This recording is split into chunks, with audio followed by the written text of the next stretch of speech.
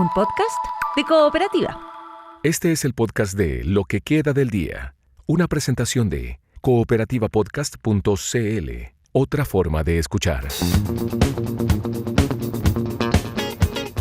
Hola, soy Paula Molina. Muchísimas gracias por estar aquí en un nuevo episodio del podcast Lo que queda del día que escuchas en Spotify y otras plataformas. Junto a Lucas Carrasco estamos grabando este episodio donde vamos a escuchar sobre las condiciones en las que está detenido Kevin Carvajal, el músico chileno recluido en Alligator, Alcatraz, después de haber sido detenido en Estados Unidos. Y vamos a estar además conversando respecto al estado de los derechos humanos en este 2026. Un punto de quiebre, nos dice Juan Papier, subdirector de la División de Américas de la organización Human Rights Watch. Comenzamos con Fabio Carvajal. Es hermano de Kevin Carvajal, un músico saxofonista que se encontraba en Estados Unidos y tras haber pasado mayor tiempo al que permitía su visa waiver, resulta detenido y enviado al complejo Alligator Alcatraz. ¿Qué sabe su familia respecto a Kevin Carvajal? ¿Cuáles son las opciones de que, por ejemplo, se autodeporte o llegue de vuelta a Chile? En esta entrevista. Bueno, la información más reciente no ha cambiado mucho de lo que ya llevamos esta semana que ha pasado. Mi hermano todavía sigue detenido en Alligator Alcatraz. Ya ha completado 11 días en ese recinto, que bueno, hay 1000 historias de personas que han pasado por ahí y eso es lo que a nosotros nos preocupa el día a día, porque un día puede estar bien o al otro día no se puede tener problemas, puede enfermarse o puede que puede tener hasta pleito con otras personas, como ha pasado solamente por el hecho de estar ahí. ¿Se han podido comunicar con él? Entiendo que los llama con cierta regularidad. Sí, actualmente, bueno, después desde el día 5 que él está en ese recinto, ya lo dejan hacer llamados de 15 minutos, a veces una vez al día o 2 veces al día. Entonces él nos llama a nosotros y también llama a su pareja en ese tiempo. Ya, o sea, tiene algunos minutos para comunicarse con ustedes y tú ya has contado algunas de las preocupaciones que tienen. Bueno, por supuesto, es una situación bien crítica la que él está enfrentando. Desde que se ha dado a conocer el caso, que ha sido en los últimos días, ¿ustedes ven algún avance, alguna señal que les dé esperanza respecto a que pueda volver a Chile, que se pueda dar este proceso de autodeportación al que él eventualmente podría haber accedido antes de ser detenido, pero que se le niega, ¿no? Ese es más o menos el relato que ha contado, que se ha compartido desde la familia. Claro, sí. Bueno, al principio nosotros nos comunicamos con el consulado de Chile en Miami. Ellos nos explicaron que era un caso complejo, que iba a tomar tiempo, que Kevin no era el único en esa situación, que hay varios chilenos que están pasando por lo mismo. Y ahí nos explicaron que esto podía ser de, no sé, una estadía de 1 a 2 semanas o extenderse a 3, incluso 4 meses. Entonces es cuando nosotros nos preocupamos y mi madre tomó la decisión de contactarse con el personal del gobierno regional acá, que ella conocía, y más toda la ayuda de las redes sociales y las telecomunicaciones. ¿Ya han tenido alguna respuesta? ¿Desde Cancillería, desde el consulado? Sí, mire, una vez que nosotros ya lo hicimos público, el consulado de Miami se contactó directamente con nosotros. Por primera vez tuvimos una llamada con ellos larga, de más de media hora, donde nos explicaron bien el caso y ellos nos dicen que están haciendo lo que más pueden para gestionar el retorno de él a la brevedad, pero que de todas maneras todo está en manos del gobierno de Estados Unidos. Entonces nosotros, bueno, las mismas personas que nos han llamado, nos han dicho que la única forma en que podemos ayudar es hacer una presión social, cosa de que en algún momento el gobierno de Estados Unidos diga ya vamos a liberar a estos chicos más pronto. Sin embargo, ustedes saben que son muchísimas las personas de origen latinoamericano que se encuentran en circunstancias eventualmente similares a las de tu hermano, ¿no? Sí, es lamentable lo que está pasando con todo allá, pero claro, en el caso particular nos decían de los chilenos es que de otros países son muchos los que están en esta situación, pero en Chile, si lo llevamos a números, son algunos casos puntuales. Quizá hasta el momento, según cifras, alrededor de 30 chilenos están en esta situación, a comparación de otros países que tienen más de 300. Entonces ellos tienen vuelos más seguidos de deportación, y en Chile solamente dicen que un vuelo al mes. Y a veces el problema está que hay problemas de clima o de los viajes, entonces no pueden retornar a todos los que ellos prometen, y la estadía se extiende y se extiende. Estamos conversando con el hermano de Kevin Carvajal, que se encuentra detenido en el llamado Alligator Alcatraz en Estados Unidos. ¿Qué les cuenta, Fabio, respecto a cómo se encuentra? Tú ya nos decías que hay un temor de generar incluso roces, fricciones con las mismas otras personas que están allí detenidas, ¿no? ¿Esa es su principal preocupación? Claro, mi preocupación fue porque cuando yo me enteré que mi hermano había sido enviado allá, sin haber hablado con él, yo investigué, me puse a ver videos, me puse a ver entrevistas de Latinoamérica, de todas las personas que han pasado por ahí. Y hay casos de personas que solamente por pedir ayuda, un caso de un chico que necesitaba un remedio y otro llamó a los guardias y le dijo, oye, pueden ayudarlo a él. Solamente por eso a él lo tomaron detenido, lo envían a una jaula que está expuesta al exterior por el calor y a la humedad y a los mosquitos, y han pasado esos casos así.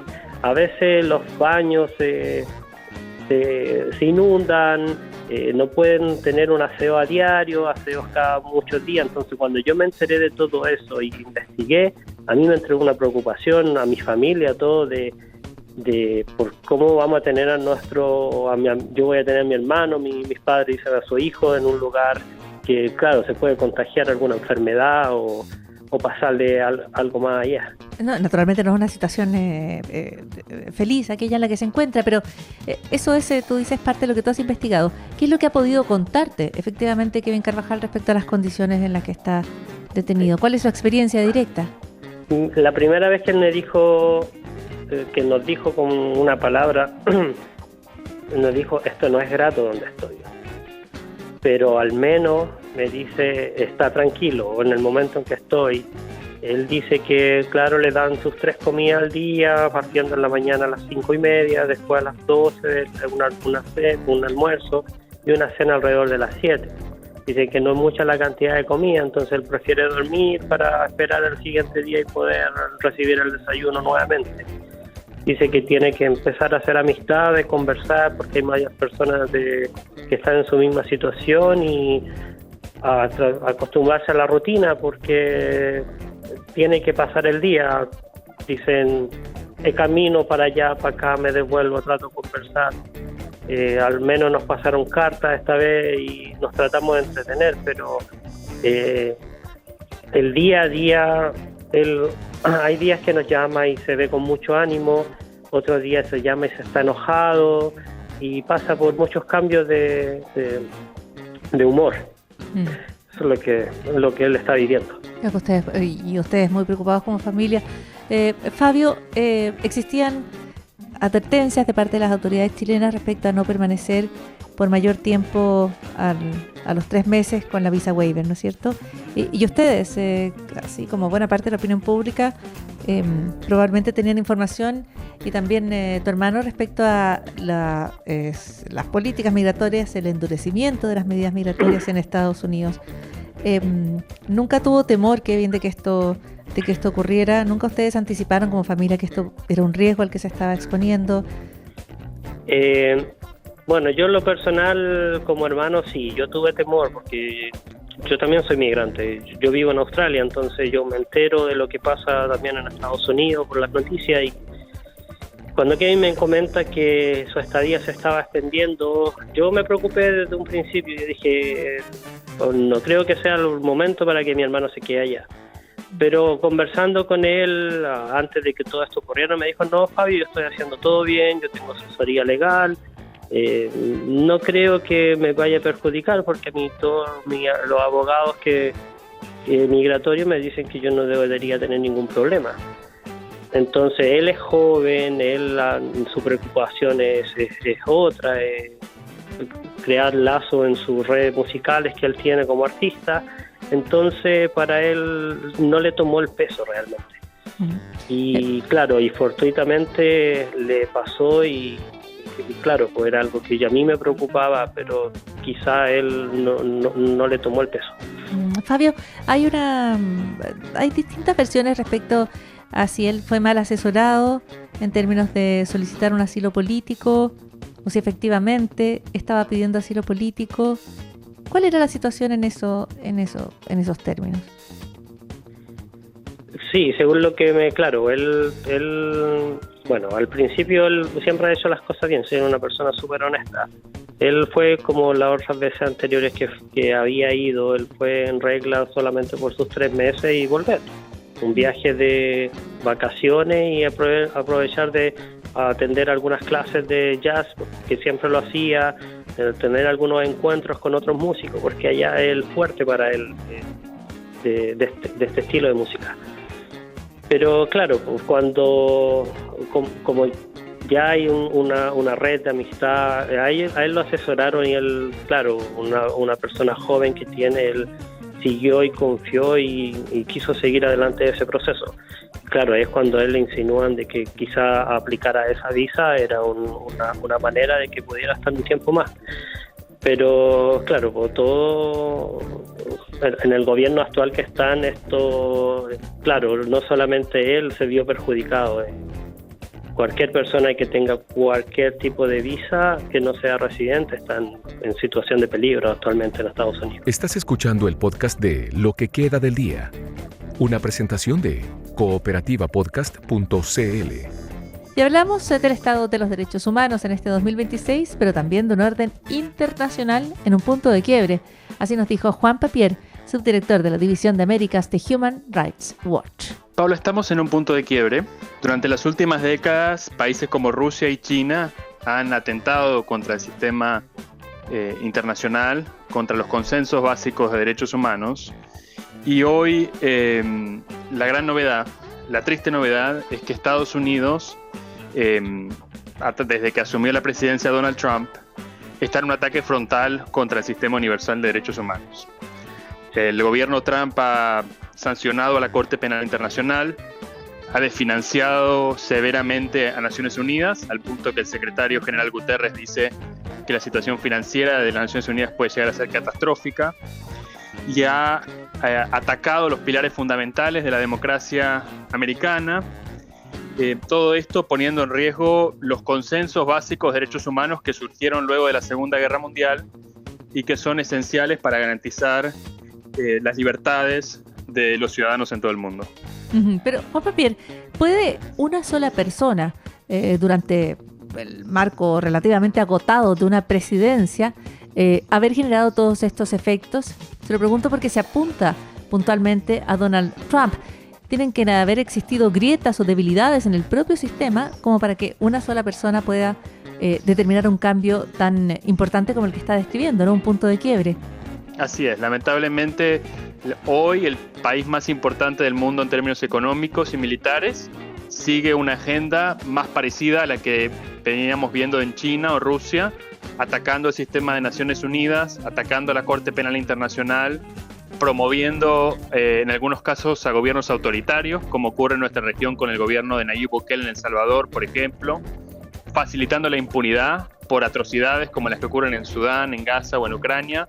Es decir, el cambio en el 2025 ha sido rotundo y creemos que es necesario que en 2026 los países de tamaño medio, como son Brasil, como son Japón, la Unión Europea, Canadá, trabajen de forma conjunta para promover estos consensos básicos para evitar que este sistema se desmorone. La alianza de los países medios que planteaba el primer ministro de Canadá en Davos, pero ahora en relación a la defensa de los derechos humanos, o sea, mover esa lógica ya no solo para la reconstrucción o una transformación de un orden económico global, sino, usted lo dice, en defensa de los derechos humanos y en defensa de la democracia también, imagino. Exactamente, nosotros creemos que esos países medios, como Canadá, como Japón, como Brasil, la Unión Europea, entre tantos otros, tienen que trabajar por los consensos básicos que se lograron luego de la Segunda Guerra Mundial, por los consensos que están en la Carta de Naciones Unidas, en la Declaración Universal de Derechos Humanos. Esa es nuestra gran esperanza para proteger la arquitectura de derechos humanos que es esencial para promover la democracia, los derechos y libertades en todo el mundo. Juan Papier, lo estamos llamando desde Chile. ¿Qué papel le ve usted a un país como Chile dentro de estas coordinaciones de países medios, como describe, para salir en defensa de los derechos humanos? Bueno, creo que Chile durante la presidencia de Gabriel Boric ha tenido una política exterior ejemplar en materia de derechos humanos, porque ha condenado las violaciones de derechos humanos sin doble rasero, sin importar la ideología de los responsables de las violaciones de derechos humanos o de las víctimas. Y eso realmente es ejemplar y hay que destacarlo. Por supuesto, el récord de derechos humanos de Chile no es perfecto, pero esa política exterior ha sido muy importante para América Latina y creo que ha ayudado a pasar la página en algunos gobiernos que tenían una política de exterior más propia de la Guerra Fría, más ideológica en cuanto a los derechos humanos. Vamos a ver qué se viene con el próximo presidente. Estamos muy atentos y vigilantes a lo que ocurra con el gobierno del presidente Kast. ¿Qué pasa con precisamente lo que usted hablaba respecto a las ideologías? Que cuando los países responden desde la ideología, entonces se generan puntos ciegos, ¿no es cierto? No se quiere criticar a quien se percibe desde el mismo signo político, incluso cuando es evidente que hay atropellos a los derechos humanos, violaciones a los derechos humanos. ¿De qué manera ese eje ha cambiado? ¿De qué manera es un desafío para la defensa de los derechos humanos? Creo que es un desafío crucial para la defensa de los derechos humanos, la existencia de doble raseros, de gobiernos que solamente critican las violaciones de derechos humanos de los gobernantes de derecha o que solamente critican las violaciones de derechos humanos de los gobernantes de izquierda. El ejemplo más claro es Cuba, donde creo que América Latina se debe un mea culpa porque durante tantos años hicieron la vista gorda ante las violaciones sistemáticas de derechos humanos del régimen cubano. Creo que ese es un ejemplo claro y nosotros llamamos siempre a la consistencia, a que se condenen las violaciones de derechos humanos sin importar la ideología del gobernante de turno. Juan Papier, estamos conversando con el subdirector de la División de Américas de Human Rights Watch. Hay otro tema que a usted le preguntan bastante y tiene que ver con la popularidad de Nayib Bukele en términos de ofrecer una respuesta de seguridad, incluso suspendiendo derechos, libertades fundamentales, pero devolviendo un nivel de seguridad que en el caso de El Salvador las personas demandaban y requerían hace muchísimo tiempo. Así que ¿cuánto de este nuevo orden, como se describe, ¿no es cierto?, con una tendencia autoritaria donde se empieza a resquebrajar el orden internacional, tiene que ver también con miedos, con desigualdades, con frustraciones que no se logran resolver o a las que no se logra responder desde órdenes plenamente democráticos? Creo que aquí el tema esencial es que la democracia tiene que dar resultados. Tiene que darle resultados a la ciudadanía en cuanto a la seguridad, en cuanto a la lucha contra la pobreza, en cuanto a la lucha contra la corrupción. Y El Salvador es un ejemplo claro de lo que ocurre cuando los políticos, de forma irresponsable, ignoran problemas graves, como era la brutal violencia de las pandillas de la MC-13 y Barrio 18 en El Salvador. Hoy tenemos un gobernante en El Salvador que redujo de forma clara, dramática, los índices de violencia en el país. De hecho, hoy la tasa de homicidios de El Salvador es una tasa de homicidios propia de un país europeo, pero el presidente Bukele también se tomó las instituciones, destruyó la democracia salvadoreña y sus fuerzas de seguridad han cometido detenciones arbitrarias, desapariciones forzadas y torturas sistemáticas en las cárceles. Necesitamos que los gobernantes democráticos den soluciones con políticas que sean efectivas para enfrentar el crimen organizado y al mismo tiempo sean respetuosas de los derechos humanos de la ciudadanía. Juan Papier, finalmente si hay un orden que de alguna manera se desmorona por decisiones humanas, ¿no? ¿Qué decisiones todavía pueden revertirlo? ¿Qué decisiones políticas, sociales, colectivas, institucionales pueden salir a responder a este punto de quiebre que ve Human Rights Watch? Bueno, creo que a nivel social vemos en algunos momentos con optimismo algunas protestas de grupos de jóvenes como la generación Z, que en algunos países han logrado cambios sustantivos. Ha ocurrido en Bangladesh, ha ocurrido en distintas partes del mundo que salen a protestar contra la corrupción, contra la desigualdad, contra el crimen. En Marruecos, por ejemplo, contra la falta de recursos para la salud pública. Y eso es importante para movilizar a los gobiernos y para que tomen estas demandas en serio. Y al mismo tiempo es importante que los gobernantes tengan responsabilidad, trabajen para defender la democracia, trabajen para dar resultados, y que los gobernantes de países medios trabajen de forma mancomunada por estos consensos básicos que son las enseñanzas de nuestros abuelos sobre que la brutalidad de la Segunda Guerra Mundial nos indica que necesitamos compromisos con derechos humanos esenciales para todos. No podemos abandonar esos consensos y para eso hace falta que los gobiernos de países medios, como es Chile y como son tantos otros países latinoamericanos, trabajen de forma mancomunada.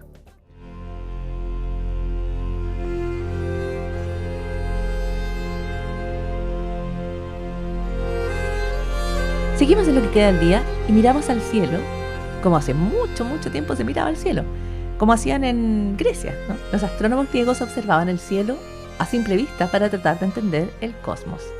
Y así, mirando al cielo, uno de los más precisos observadores se llamó Hipparcus, que vivió y trabajó principalmente en Rodas, que es una isla frente a la actual Turquía. Desde allí, Hipparcus elaboró un catálogo de estrellas que fue clave para entender la historia de la ciencia y que se consideró perdido durante muchos siglos. Estaba desaparecido. Sin embargo, se acaba de encontrar. Estaba oculto bajo otros textos en un manuscrito medieval. Es lo que se llama un palimpsesto, que es un manuscrito que se va reutilizando, el texto original se raspa y se escribe encima. Entonces, durante siglos ha sido imposible encontrar el texto raspado, no queda nada. No se puede volver a raspar el pergamino porque ahí se destruye totalmente.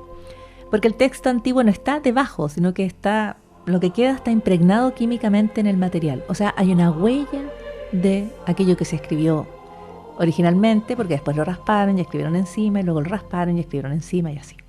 Este manuscrito, que se llama el Código Climaci Rescriptus, tiene páginas de los datos de los siglos V y X. Y en 2021 empezaron a tratar de leerlo. Para poder leerlo, recurrieron a una tecnología que se llama sincrotrón, que es un acelerador de partículas que produce rayos X extremadamente brillantes. Tan brillantes que pueden leer este compendio de estrellas que escribió Hipparcus en Grecia. Los rayos X normales no servían porque no son tan intensos.